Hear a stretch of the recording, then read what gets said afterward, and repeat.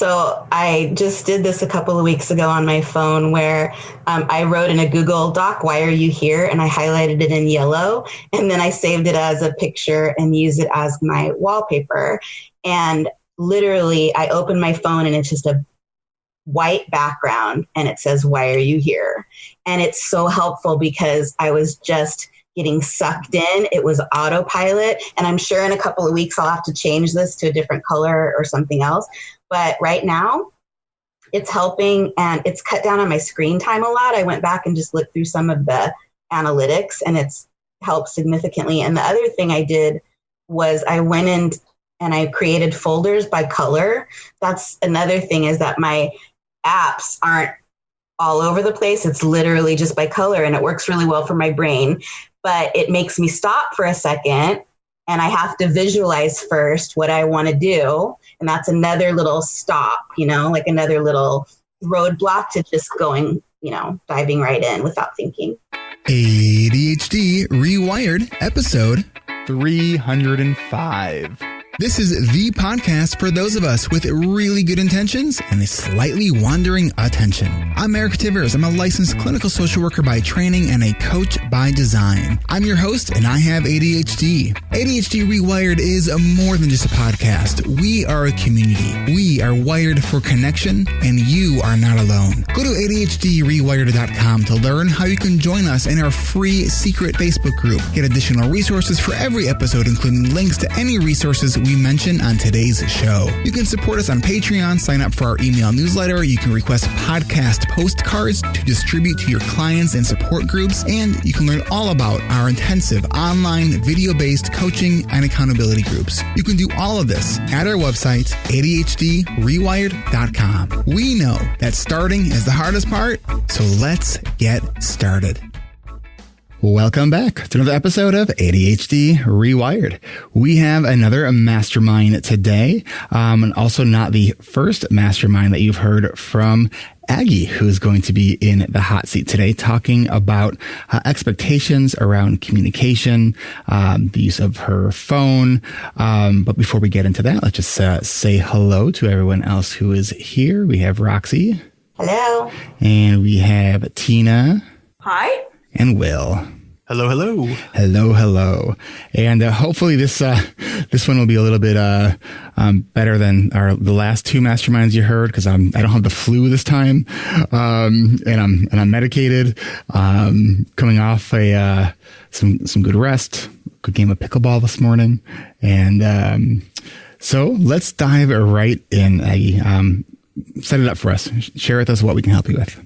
Okay. Well, I've been constantly challenged with communication in a lot of areas, but specifically understanding expectations around communication with other people, but also taking into my own new expectations around communication. Because with the last year of me working on my ADHD, I realized that communication is a really big challenge in many ways. And so one of them being around immediate communication with my phone, because ultimately my need for connection is a need, but boundaries around that and reestablishing what my boundaries are around, I guess we could say specifically the phone, but we could get into other areas, because it's really hard for me to understand other people's expectations and be okay with those as well as my own and integrate them on a daily basis so that I also can be productive throughout my day. Okay. Let's see. What other background information should we all know about? I've tried adhering to other people's expectations constantly, and it's exhausting because I know that everybody kind of has different wants and needs.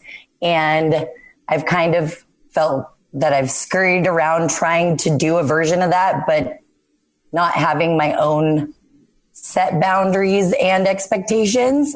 Before I was just always people pleasing, and I still have that muscle that's really strong, but I am more aware of it. And I definitely don't want that to be what I live my life by.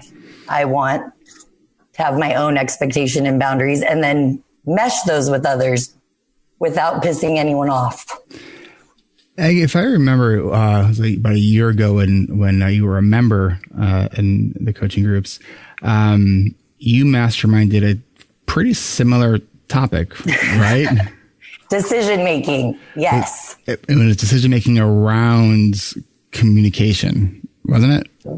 Yes, like communicating with people about my decision making. And then what it kind of came down to was everything didn't need to be consulted with everyone else all the time. And sometimes I could just flip a coin. And yeah, communication was definitely a part of that mastermind too. Okay. And do you feel that there's been changes in the last year with communication? Yes, I think I've been better at my decision making. And I'd say one of the issues with me personally is that I go into social interaction and I end up doing old behaviors that don't line up with me now. And so afterwards I feel kind of defeated. Like what? When I'm in close proximity to people, I'm more likely to engage in my old people pleasing tendencies. Okay. And I can't hold up my boundaries as much the closer that I am. Okay. Or my new ideas of boundaries, even if that's not, I don't know if boundary is the right word. I just like my response. I respond to things whether I want to or not. Okay. In all settings? Not at home. Not at home. But I control, like it's my environment's more controlled. And so I feel like when I have social interaction, I want to have even like more connection. And so I kind of, Roxy mentioned something about like in the moment being like, yeah, this is a great idea. And, you know, the first part of something we were talking about how at first, you know, the first 3 weeks of something, you're really gung ho about it. And I've had the same feeling of like 2 days before, I'm like, yeah, this is a great time to schedule this and interact. And then by the time it comes up, I'm like, this is not a great time. And my, like impulse control and my EF and communication is not feeling up to par at that time when I scheduled to have these social interactions or phone conversations. So in that regard, is the scheduled interaction that you have, is it that you're not like looking at your calendar ahead of time, or is it you're not anticipating other things? What's happening? Yeah, it's the things that happen before in the day. If it's a conversation that I scheduled to have with a friend to connect later in the day, it's like something could happen before that emotionally throws me off. And then when I show up to the conversation, I am not being mindful of all of those things that I want to be mindful of. And it also feels just sometimes with social interaction, I drop my planning game because it's social interaction and it's friends, but I also then can't show up there in the same way. Okay. Is there an element of when you are planning, it's maybe earlier in the day, but you're planning for something that's later in the day, and so you think you're going to feel the same way you do later in the day that you do at that moment while you're planning it? Yes, absolutely. What questions do you guys have? Will, Tina, Roxy? And then the guilt and shame that sets in after when either I decide to reschedule or I have the interaction and then I feel like, well, great, that's another non-example. Tina? Aggie, do you have the same feelings when you don't have any space in that time? Let's just say you're talking to someone and so then you make plans immediately and you go do them immediately. Do you have the build? Is there a shift? Do you feel the same shift when it's more immediate? So say I'm on the phone and say, hey, let's go to coffee. And then we can go right then within 15 minutes. I am more successful with that in terms of the schedule part. So I think there's a couple things happening. I think there's the schedule piece when it's like a phone conversation. And then I mentioned in my pre-planning sheet also about now there's text and phone call interactions to deal with. So if I get a text message, it's like a pop-up, and instead of it being, at a later time, I'm responding right then. And I'm not sure if that's what I should be doing or if I should like allot a time to responding to that. I'm kind of jumping because I just jumped to text message to phone conversation. Either one's fair game. They're both bad. But it's these open loops that people have reached out to you, and now you have someone's waiting to hear back. Mm-hmm. Yeah. Okay. Roxy, do you have something? For clarification, can you say more about understanding expectations of others and the problems there? Okay. Depending on the context and what we're talking about, whether there's the social connection and then there's, relay of information, exchange of information. In terms of others' expectations, I know some people feel that if I don't respond, I'm neglecting them. And so then instead of it being just a practical piece of I need to schedule this, it also has this weight of I don't want them to have anxiety because I'm not responding. So then I just respond quickly, but not with my full presence. So I'm just kind of responding as fast as I can to release that anxiety for them, but I'm not giving as much of a quality response as I'd like to. But it's more of the urgent, I need to respond just so that they know that I'm not neglecting it. But the disconnect is that the follow-up part of when I then respond, it just feels very haphazard. And I'm just kind of dealing with pop-ups in terms of communication because I'm not confident that I'll return the message or the call. Have you ever had conversations with people explaining that, if you don't get a reply back, please do not take that personally, and please feel free to poke me again. And, and if that is something that that's not something you're willing to do in a friendship, then I understand that, but just explain this is something that you're working on, and just sharing very honestly, because I know that we've had conversations about this, because I think we're very similar in this regard, the just not great at returning calls and texts. And then the more time goes on, the harder it is. And then add some kind of comment from that other person that tells us that they were annoyed by that. And it's just immediate, express track down the shame hole, right? Absolutely. And I feel like it reflects on my integrity and my value as being a good friend. And that's ultimately the part that I don't want to be happening. I don't want people to think that I don't care about them or that that other things are more important, but it's also me now dealing with the fact that there's not all this time in the world and I'm not very realistic about my time and I'm trying to be better about it. I have, and in some cases it's been successful. My cousin, she has major anxiety about timing and stuff. So now we've set it up where she walks around the park behind my house and I get out there within 15 minutes. So she's not waiting. She's still walking.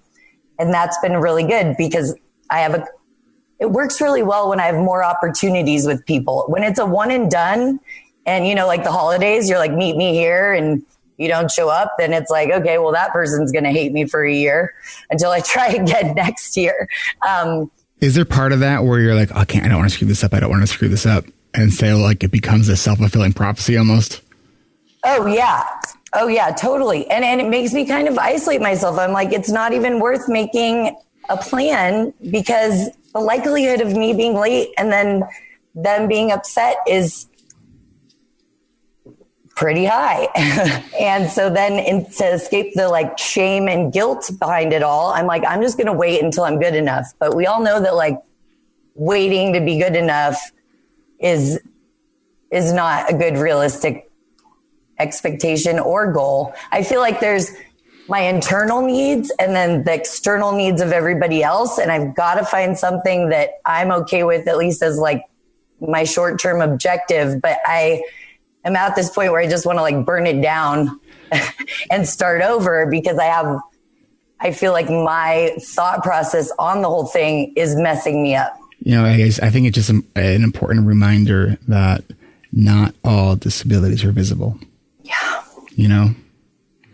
And if we're going to have relationships with people that really see us and accept us for who we are, it doesn't mean that we're not trying, right?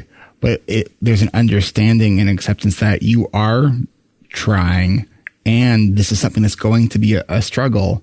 Not that you're waving your hands and going, oh, well, this is just what I do. It's more about, this is what I struggle with.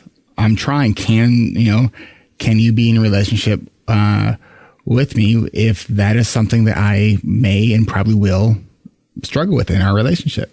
Like, so do you think that you can have people in your life who you can have that kind of conversation with?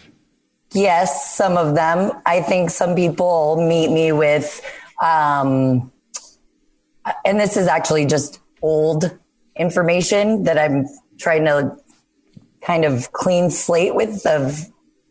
I don't believe in ADHD. Mm-hmm. I think I struggle with that too. Everyone does that type of stuff. Then it makes me feel like everything out of my mouth is an excuse. And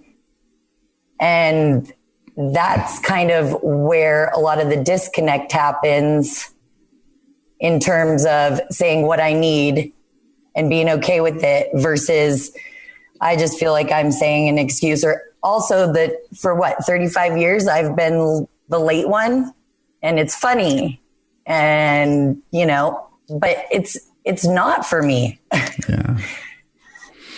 It's funny being late, but it's not funny being late to like being that friend that's late. It just feels like less than. Yeah. All the time. It feels like I'm always climbing out of this rut of, well, I was late to this thing, so I better people please everyone while I'm here so this activity is still fun. Mm. Will, what are your thoughts?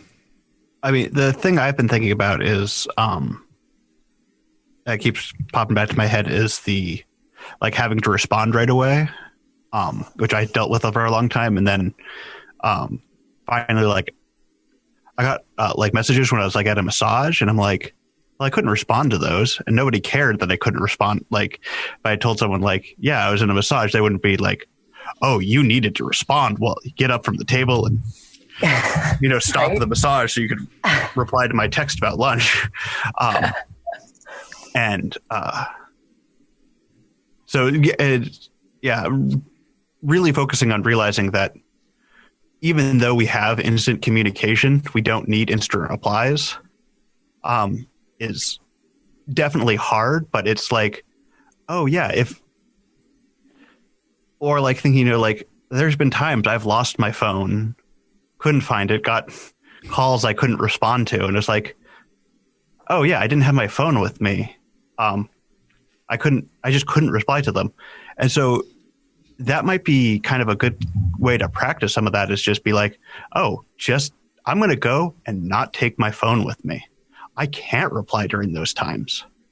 And then, coming back like, oh, I guess it was kind of okay.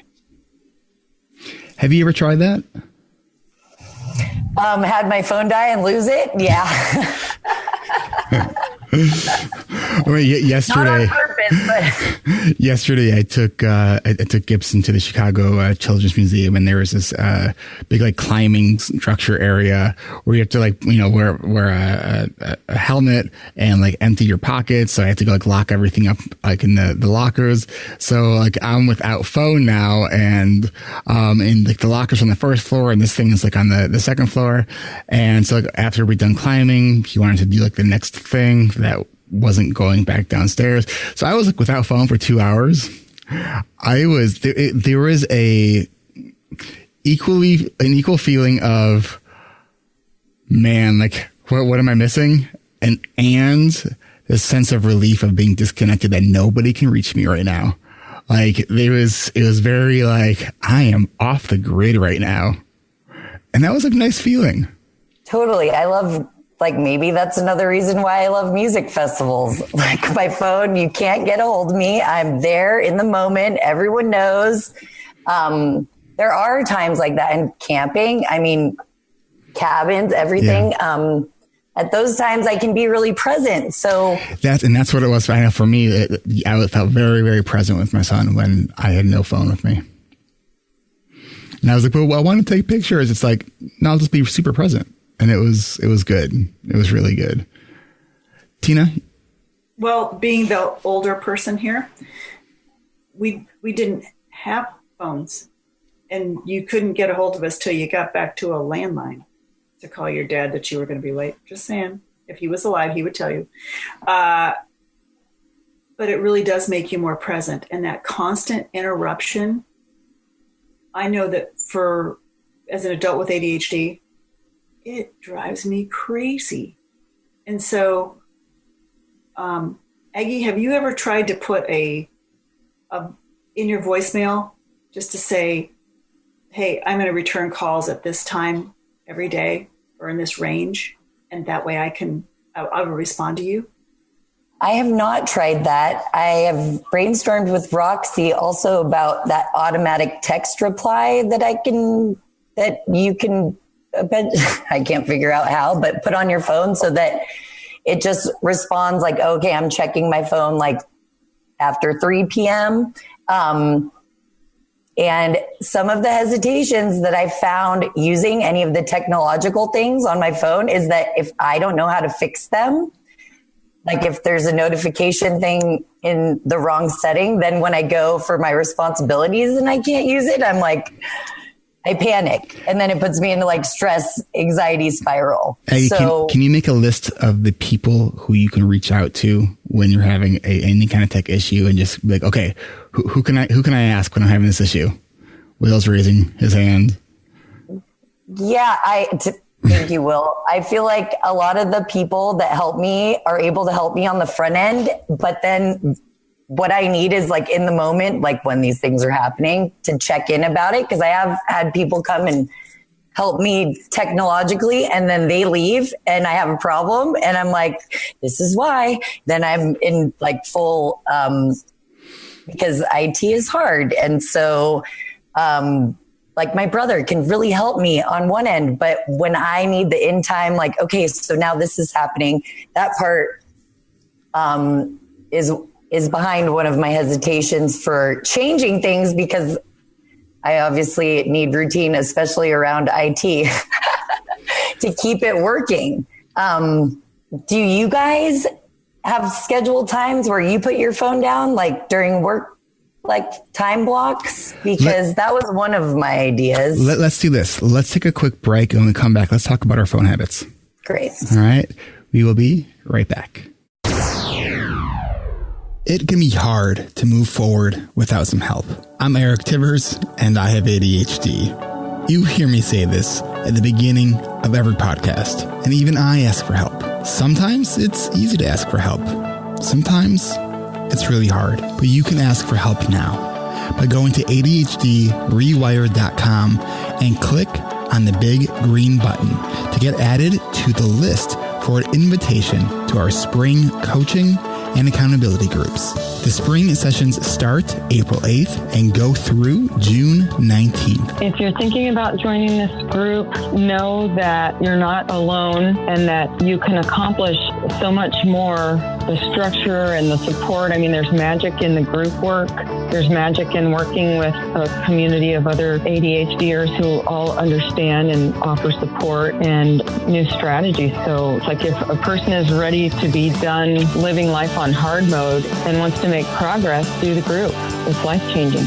Stop living life on hard mode and go to coachingrewired.com. That's coachingrewired.com and click the green button. Tell me who you are and where I should send it, and then confirm your email so you get on the list to get invited to our registration events. Registration is by invitation only. Our spring sessions start April 8th. You can learn more about the coaching groups at our website. Go to coachingrewired.com.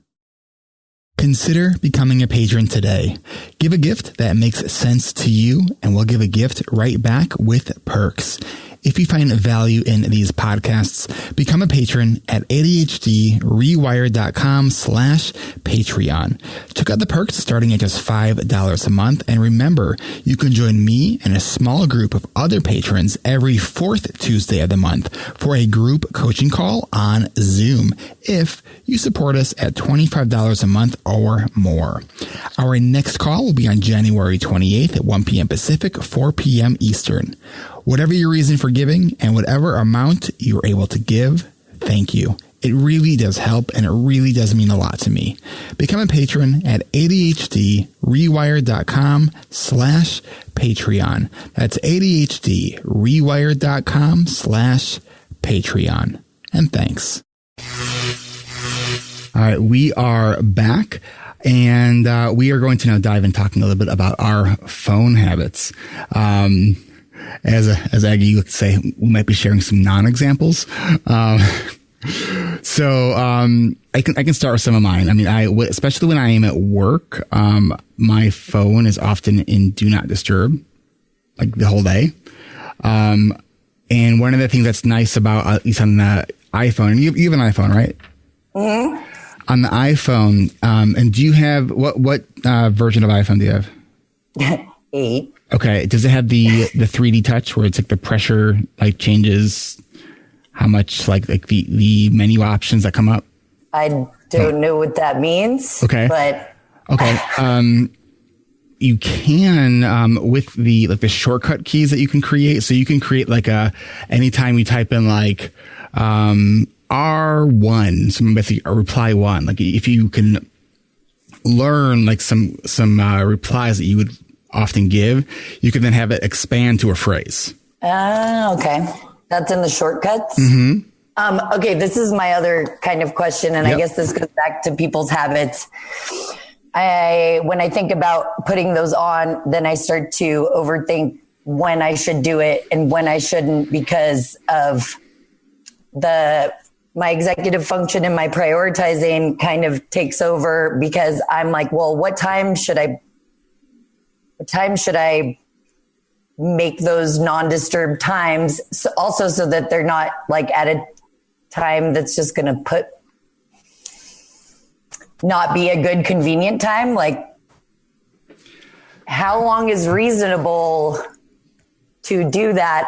I guess I just have been responding so much with communication that then taking it out besides when like my phone dies or when, I don't have it, like identifying times that I should kind of lose my phone. I know for me that I typically will, like, I try to respond within a few days.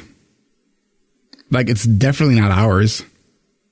And then for, those people that need more immediate, I guess it's like, should I identify just a time of day where I'm not letting information come in to be dealt with, versus like the input time, the Will is processing shaking his time, head yes. and the output time. I know Will turns his phone off at 7. Yeah. Do you sleep at night? Hopefully. Do you receive texts at night while you're sleeping and respond to them within the hour? No. Yeah. Like there are times that people will expect not to get, and you can set work times to be the same way. Like Yeah, people will get used to it. Cal Newport is a guy I follow for a lot of this stuff. And he's like, yeah, 4 hours of the day, he's just like, you can't contact me, which was really funny because I was listening to an interview with him where he missed the initial interview because of a misschedule. And he was just like, I was on Do Not Disturb. I couldn't get onto the call.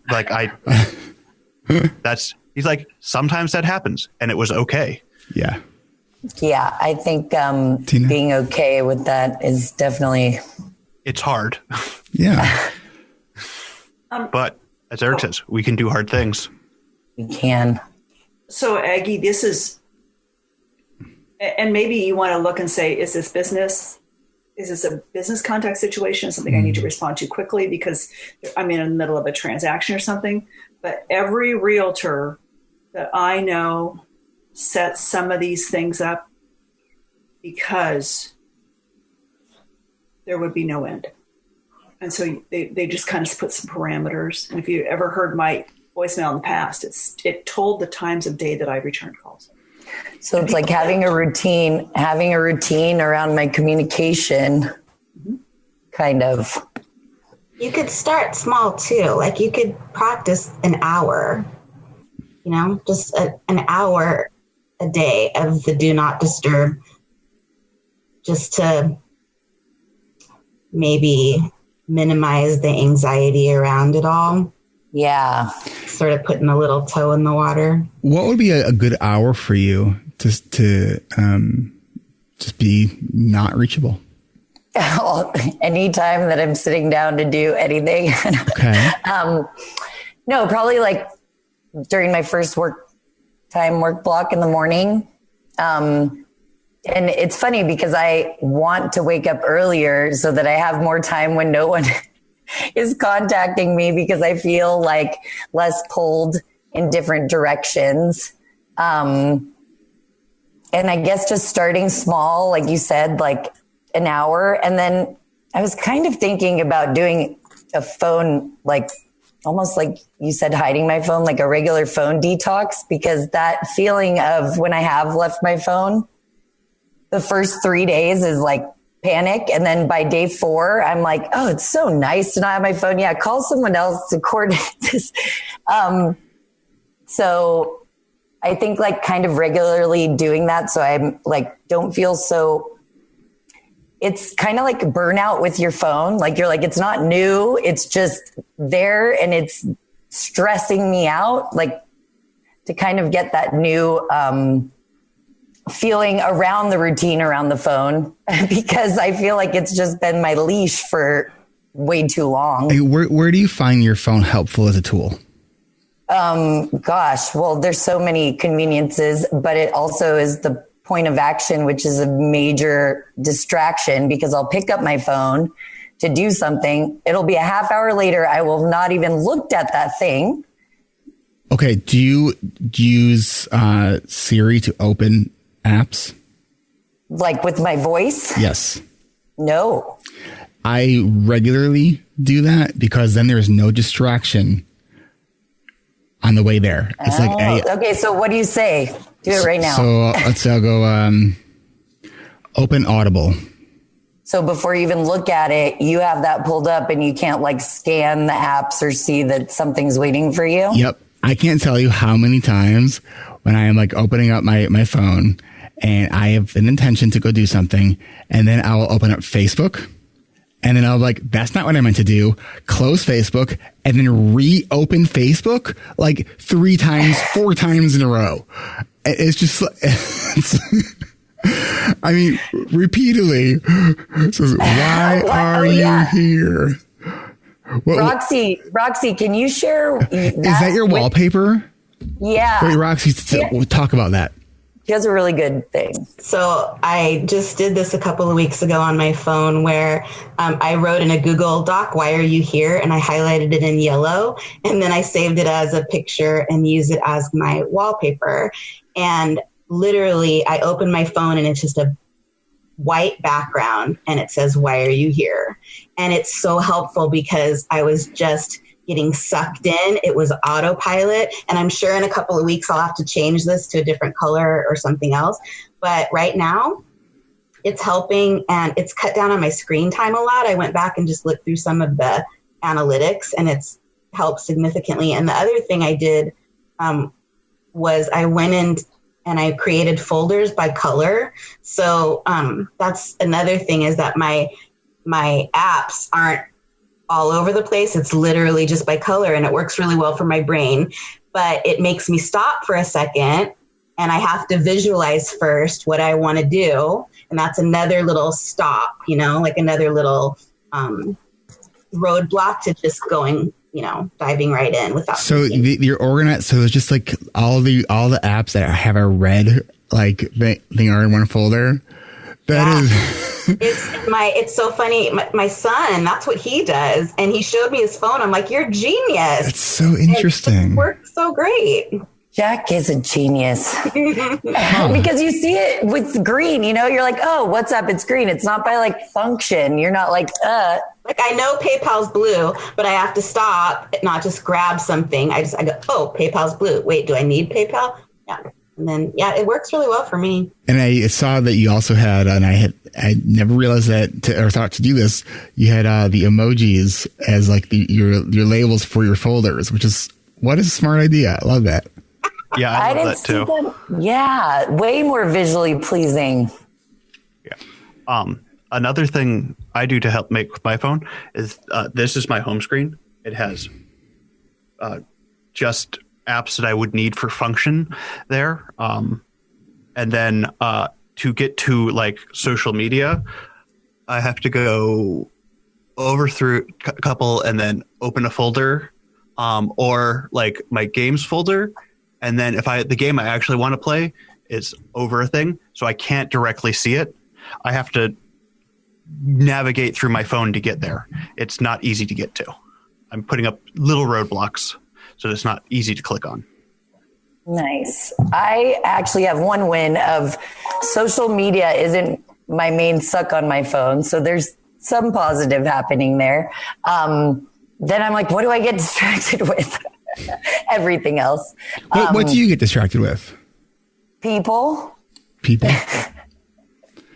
So the people are the distraction and the thing you're trying to also solve the problem around? Yep. So is it that you're replying to other people that or is it that you're just getting sucked into conversations that were different than what your intention was? With initiating the conversation, or maybe during that scheduled time? I guess I'm just trying to understand more the context for how you're getting sucked into, you're getting distracted by. Well, right then, if you pulled it up with your audio talking to Siri, but right then, if I looked at my phone, the first thing I would go to is touch my text message button and respond to anything that wasn't responded to without thinking, just because it's there. So I like Roxy's pause of why are you here? Because sometimes I'm not picking up my phone to respond to anybody, but that's the first one because my anxiety goes right there. You ever try to even just set a Siri reminder to remind yourself to text somebody back? I've done that with phone calls, but I guess the text is so quick and immediate that I didn't think that I needed to pause and do all of these little ADHD things just to respond to a text message. Yep. Because I know for me, there's plenty of times where my brain just cannot organize a sentence to reply. And it's I know it will be later on in the day or tomorrow. But in this moment right now, my brain is just not giving me that and when reply. I do that and it's not the sentence won't even make sense. I'm responding. I read it wrong. And so it's not doing anything right. I know Roxy and I have been I respond. And then I realize I'm not even responding to the right thing. And then I do all of this trying to fix it. And it's just a big communication. Roxy's yup. Mm-hmm. Because you're trying to fix it and it's just making it worse. And you're I should have just waited so that it wasn't so confusing for the other people. Because on that end, I'm man, I just sound like I have no idea What's going on? It's the multitasking. It's that same idea that we've been trained out of, thinking that we can do more than one thing at a time and be good at it.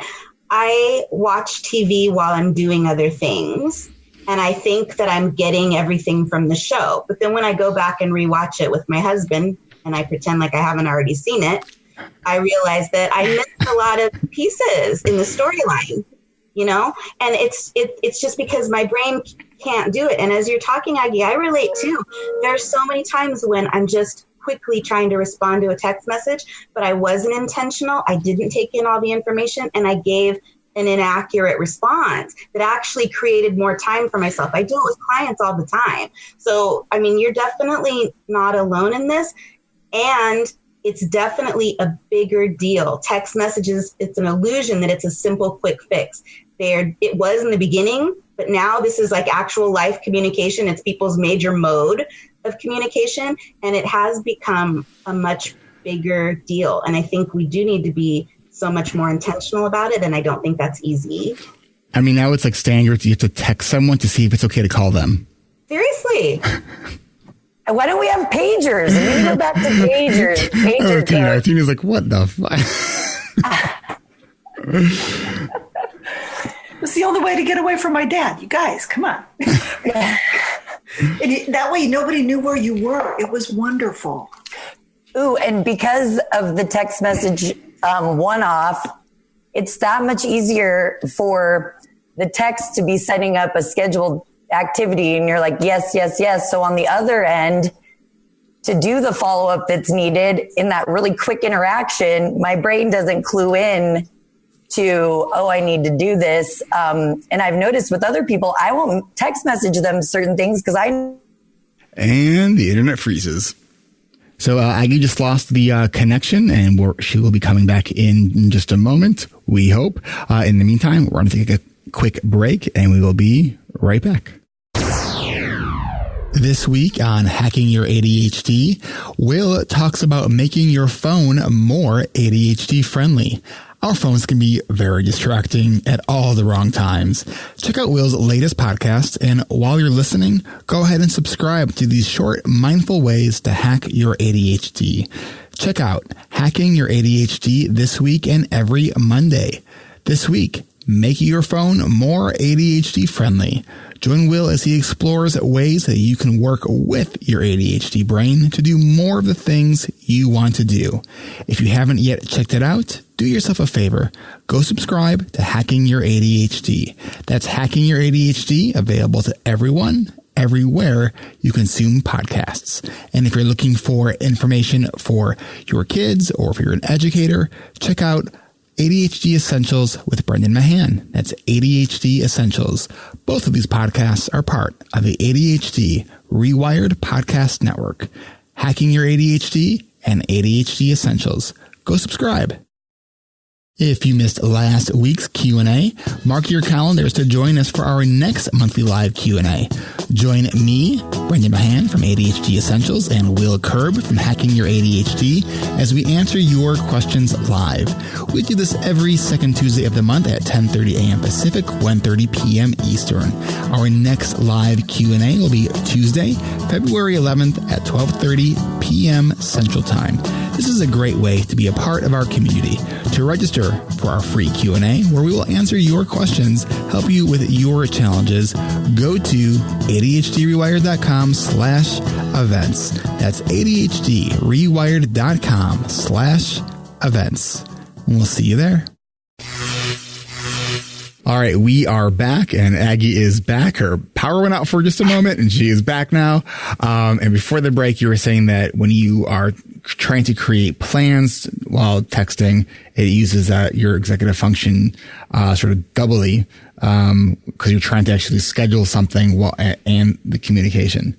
So when you see something that has a time or date in a text message, do you notice that it hyperlinks?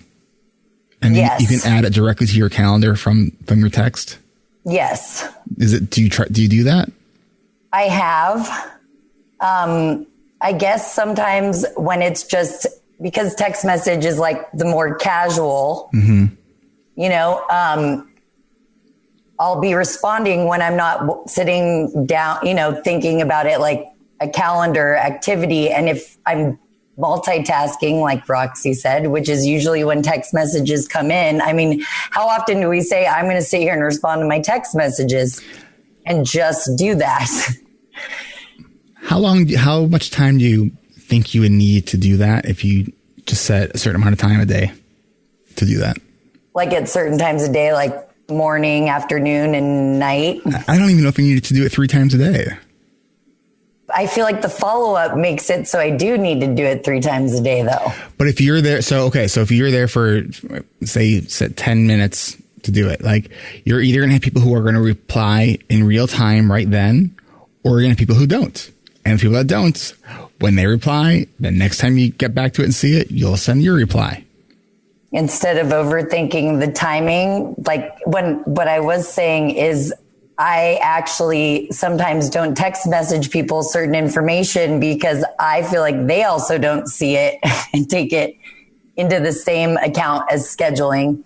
And then I think I also get some resentment that people can just have text conversations and do things and I can't. People are just. Are you saying that you can because it's like, as far as a mode of communication, it's a more challenging mode of communication for you? Yeah. So would you feel bad if you were in a wheelchair and you needed a ramp? No. No? Would you feel bad if you were in a wheelchair and you were going through a restaurant and you get to ask someone who was too close together, so you need someone to move their chair so you can get through? No. So why are you feeling bad that you would prefer a different form of communication, like maybe a phone call over a text? I don't know, because I don't have like a shirt or a banner that says I have ADHD and you need to Well, I think that we know what kind of shirt you need to get then. Just my house is lit up ADHD. And on top of that, like I am more than willing to explain my ADHD, but I also like start to feel like I don't want to be the one on my soapbox all the time. That's exhausting. And that's also why social interaction is kind of, it used to be one of those restorative things. And a lot of times it still is. But now I've just realized that sometimes it's really draining. And not all of it, not all the connection is as restorative as I once thought. Maybe you've changed. Other people have changed. Not all, interaction and connection feels the same, and I think that people who are energy sucks, you gotta, minimize the contact, with those people. Which I know can feel hard, but trying to masquerade as normal is even harder. Yeah. Roxy, looked like you were contemplating something there. Yeah, I was.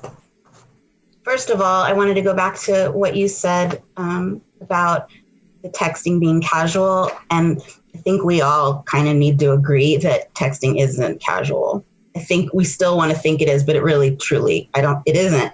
It's how we're doing business. It's how we're dealing with its clients. It's how we're doing all the things. So I think that's one shift that might be helpful to make, is to just see it as a bigger deal than we do. And the other thing I was thinking was, with the communication, what would it look like to do something that makes it impossible for you to fail? And I mean, that probably just takes some time to figure out. But we talked about one of the options for scheduling, a way that makes it impossible for you to fail might be, for a while, just instead of planning in advance for when you're going to have a talk, giving someone a call and saying, are you free right now? Something like that, where you're not always trying to make it work by scheduling 6 days in advance and then realizing when you get to the 6th day you can't. And can I just add something real quick to that, Roxy? Because I like that idea. Because when Tina asked, do you do better if someone calls you for, right now, can you go grab coffee? If you were to text someone and say, hey, do you have time for a call right now? So that might be a better way to do it. Because I also think there are certain things that should not happen over a text message.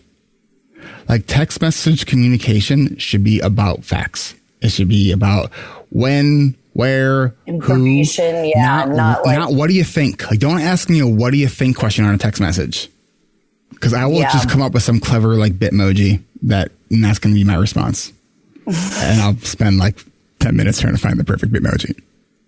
Oh yeah, that's one too. I'm like, they don't have the right Bitmoji for what I'm trying to say. Roxy, what was the other thing that you had? The simple, I think, is definitely our friend. The other thing that I wanted to address was you having mentioned worrying about how people are going to feel if you don't respond. So I guess the over-identifying piece. And I was wondering if a pause alone is enough for you to break from the instinct to over-identify, or if more things need to be in place for you to talk yourself down and out of the over-identifying so that isn't playing into your decision-making around your text message replies. Totally. I watched the How to ADHD, the Santa, Jessica McCabe, and Santa was talking about how you should put, like the priority matrix, but in the 3 categories of like, what will happen if you don't respond to this? Like, is anyone going to die? And so I kind of was trying, as we were talking, thinking that if I had a pause long enough to think about that would be able to maybe filter my messages into, this is the one that I'm going to respond to, like at this other time, and these are the ones that need to happen right now. How pause with the wallpaper of my phone. Are there other ways that I can encourage my pause? I just had a thought. Can you hold up your phone for a sec? Oh gosh. Okay, so it has a case. How easy is it to take that case off? And then what? So I was thinking if you put some questions that help your mind sort of think through how, like the sort of the matrix of responses, and you literally printed it out and like taped it to the back, like the inside of your phone, right? So it can help you kind of think through and not have to open like an app. Checklist there, yeah. Mm-hmm. And start with that. Maybe with like not words, like visuals, colors, pictures. Can you find like stickers that represent the question? Roxy? I'm sorry I interrupted. I was just thinking about something I did for a while and I've gotten away from it, but I used to put a sticky note that covered the face of my phone and it had those prompts and then I could just lift it. So I would see the prompts to my how to handle the messages before I even could see that I had a message. That's good. That's a great idea. I've seen phone cases that actually have a little sticky note like dispenser, like as in the case, like built in. What? Of all every faces were like, what? We knew there were sticky notes, but not in our phone. Awesome. Okay. One thing that's been helping me recently too is the Apple Watch, because I can see my text messages on there and I can make a really simple reply. Like I can do more complex ones if I want to spend the time and then be annoyed at myself, but it's mostly like pre-record response, like okay, or like an emoji or something. And if I can see it, I'm like, I saw the text message. Unless I get my phone out, I'm not going to write a longer response. Yeah, like those auto responses we were talking about, just ready there. You just voice text it?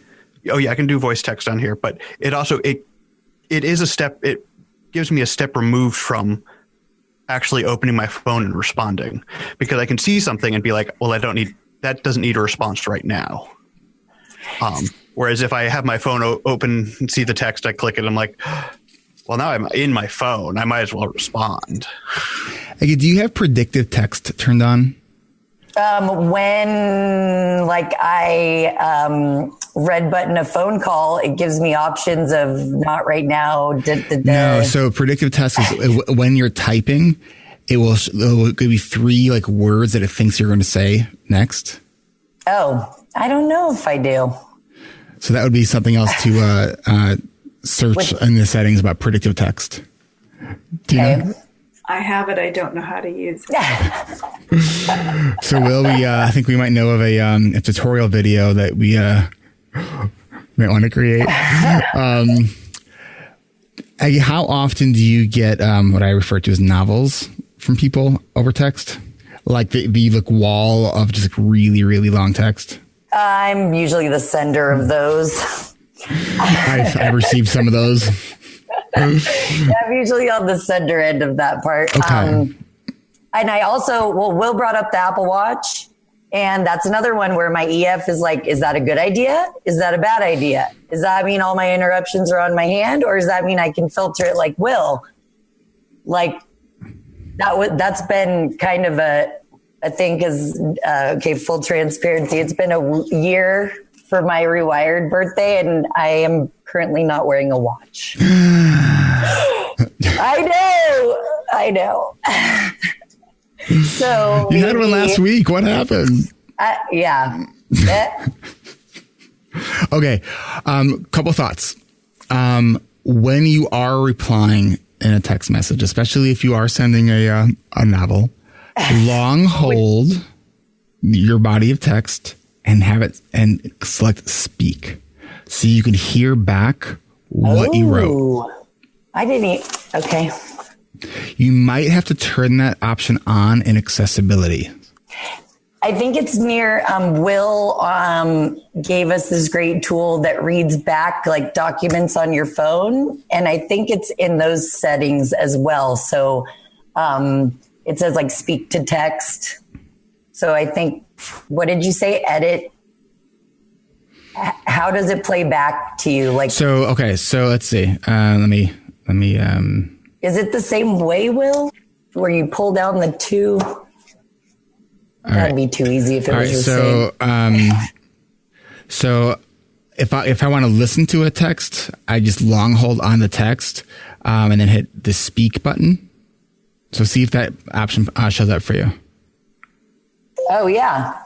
Okay. And then let's see if we're typing something in. Have I seen speak on that menu every time and just it never really dawned on me? Now type something in a text field and see if speak. It does show up on mine. Does it show up on yours? Like even before you send it? Right. So you got to highlight it. Oh yeah. It says speak sentence. No, I never saw that. I never knew what that one was. I'd like share, spell, speak. Remember Speak and Spell? Remember that game from like when you were a kid? I don't. Tina does. Tina's like, yeah, we sell those on eBay. Antiques. So is that helpful? Yes. Very helpful. Are there any other ideas that anyone else has they want to share? Roxy? Just one, and that was, could you reply from a landing pad in your house and only that place? You were talking about ways to create more options for pausing. So I was wondering if you had like a cute little space where you could be like, this is the only spot that I can do texting. I like that. I have potential many spots.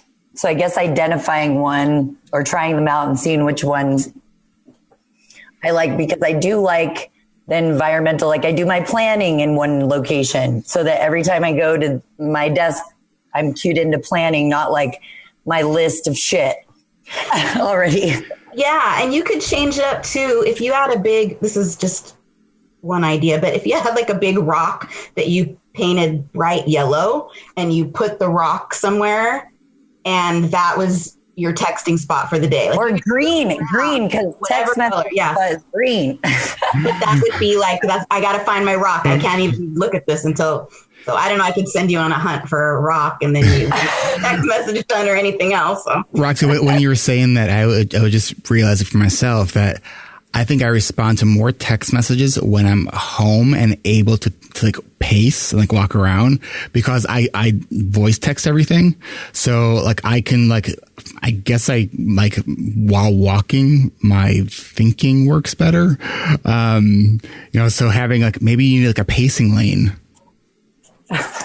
Does everyone pace? Like I pace around too. Okay. I can't even do my makeup without pacing. I can't just stand in front of a mirror. I walk around with I come back, I do my lips, I walk back. That's how I brush my teeth. I do too. So weird. Everyone here does too. That's awesome. Oh man. I mean, you can't the amount of things that I will walk around for where it doesn't require and is probably not advised to even be walking while doing it. Well, it's like plan your morning, like do all the stuff in that part of the house. At first I'm like, I'm pacing everywhere. That's not happening. Aggie, one other thought that I had. So when someone's trying to schedule something with me, I actually don't like scheduling things on my phone because I can only really clearly see one day at a time. Like, so when my phone on my calendar is really just for like, all right, what's happening today? Not like I don't use it to actually schedule stuff. So I always want to be in front of my computer, so I can see my calendar real big. So maybe that's also a helpful sort of framework for you because you're like, I don't know what I'm doing. I can't even see the full day on my phone. So it's. Yeah, actually the pause and the response of, I don't know, I'm going to have to check my calendar and get back to you is new, but it's happening. So this is like adding on to that routine a little bit, I think. Thanks, guys. Well, this is great. It's also great is that for ARC 19, since you're going to be back as an admin, if you do another hot seat, we can see how you did. A follow-up one? Mm-hmm. Ruh-roh. You should put that on the calendar so you remember that's Hold me to it. Hold on. This is too casual. Send me an invite. So we will not send you a text reminder about it. All right. Well, I hope this was helpful for you. Are there any other commitments that you want to share or that you want to make right now? Nope. I think the follow-up mastermind will help hold me accountable for all the things we talked about, and we'll see how it goes. Awesome. Aggie, thank you. Roxy, Will, Tina, thank you. And I hope this was helpful for you and for everyone listening. So we'll catch you next time.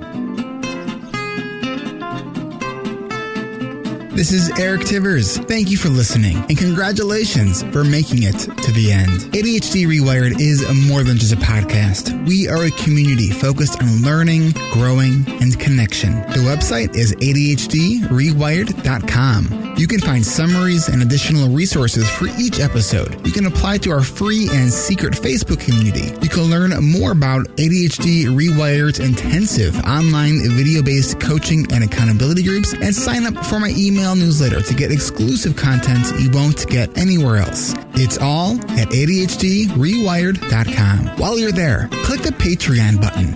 If you're a regular listener and you're still listening to my voice, consider making a monthly contribution by becoming a patron through our Patreon page. If you are able to financially support my work, it would mean a lot. This show is free to listeners, but it is not free to produce. And patrons get really cool perks. You can follow me on Twitter at Eric Tivers. You can like our Facebook page at facebook.com/ADHDrewired. If you're a coach, therapist, or related professional, connect with me on LinkedIn at linkedin.com/Eric Tivers. You can also subscribe to ADHD Rewired on YouTube. And you can subscribe to ADHD Rewired on YouTube and see select interviews and some other videos I've posted. Podcasts change lives. You can make a difference in someone's life by spreading the word about this podcast. Mention it in your online communities on Facebook, Twitter, Reddit, or wherever you hang out online. And be sure to share it with your friends and your family and your clients, as well as your coaches, therapists, and doctors. And if you're a coach, therapist, doctor, or ADHD support group leader, and you would like a pack of podcast postcards to hand out, you can request those at my website, ADHDrewired.com. And if you're a member of CHAD or any other ADHD support group, please be sure to tell them about this podcast. You can even show them how to download it on their phone. You know, you might be the person that turns somebody on to a podcast for the very first time. And if you really love this episode, please consider hitting share on your podcast player. I'm only one person, and I count on you to help me spread the message. One of the biggest things that you can do to support this podcast and to help other people discover it is to leave an honest rating and review on Apple Podcasts, on Stitcher, or any other podcast app that accepts ratings and reviews. And don't forget to hit subscribe on this podcast on your podcast app so new episodes are automatically pushed to your favorite podcast app. Looking for more ways to listen and learn? Get a free audiobook and a 30-day free trial at audibletrial.com/ADHD rewired. Not sure where to start? In no particular order. Check out Atomic Habits by James Clear, The Body Keeps Score by Bessel van der Kolk, 10% Happier, and Meditation for Fidgety Skeptics. These are both by Dan Harris. Change Your Questions and Change Your Life by Marilee G. Adams. The One Thing by Gary Keller and Jay Papasan. Procrastinate on Purpose by Rory Vaden. The Four Tendencies by Gretchen Rubin. Do you have trouble asking for help? Listen to The Art of Asking by Amanda Palmer. It's one of the best produced audiobooks I've ever heard. If you're looking for something a little bit more, say, magical, I unexpectedly fell in love with the Harry Potter series. And I don't usually listen to those kinds of books, and I loved it. And of course, if you haven't yet boarded the Brené Brown bus yet, check out Brené Brown's books, starting with The Gifts of Imperfection, Daring Greatly, Rising Strong, The Power of Vulnerability. And if you're an entrepreneur or leader in any capacity, check out her 2018 book, Dare to Lead. And Brené still is my most wanted guest, so if you know Brené, and you would be so kind to make that connection for me, I would be really, really grateful. You know who else I would like to have on the show? You. Click the podcast tab at ADHDrewired.com and then click the Be a Guest button at the top of that page and schedule a 15-minute pre-interview. This is Eric Tivers, reminding you to keep learning, keep growing, and keep connecting. Self-care is not selfish, and no matter what gets done or doesn't get done, at the end of the day, you are still enough. And no matter how hard it feels, we can do hard things. Thanks for listening. I'll catch you next week.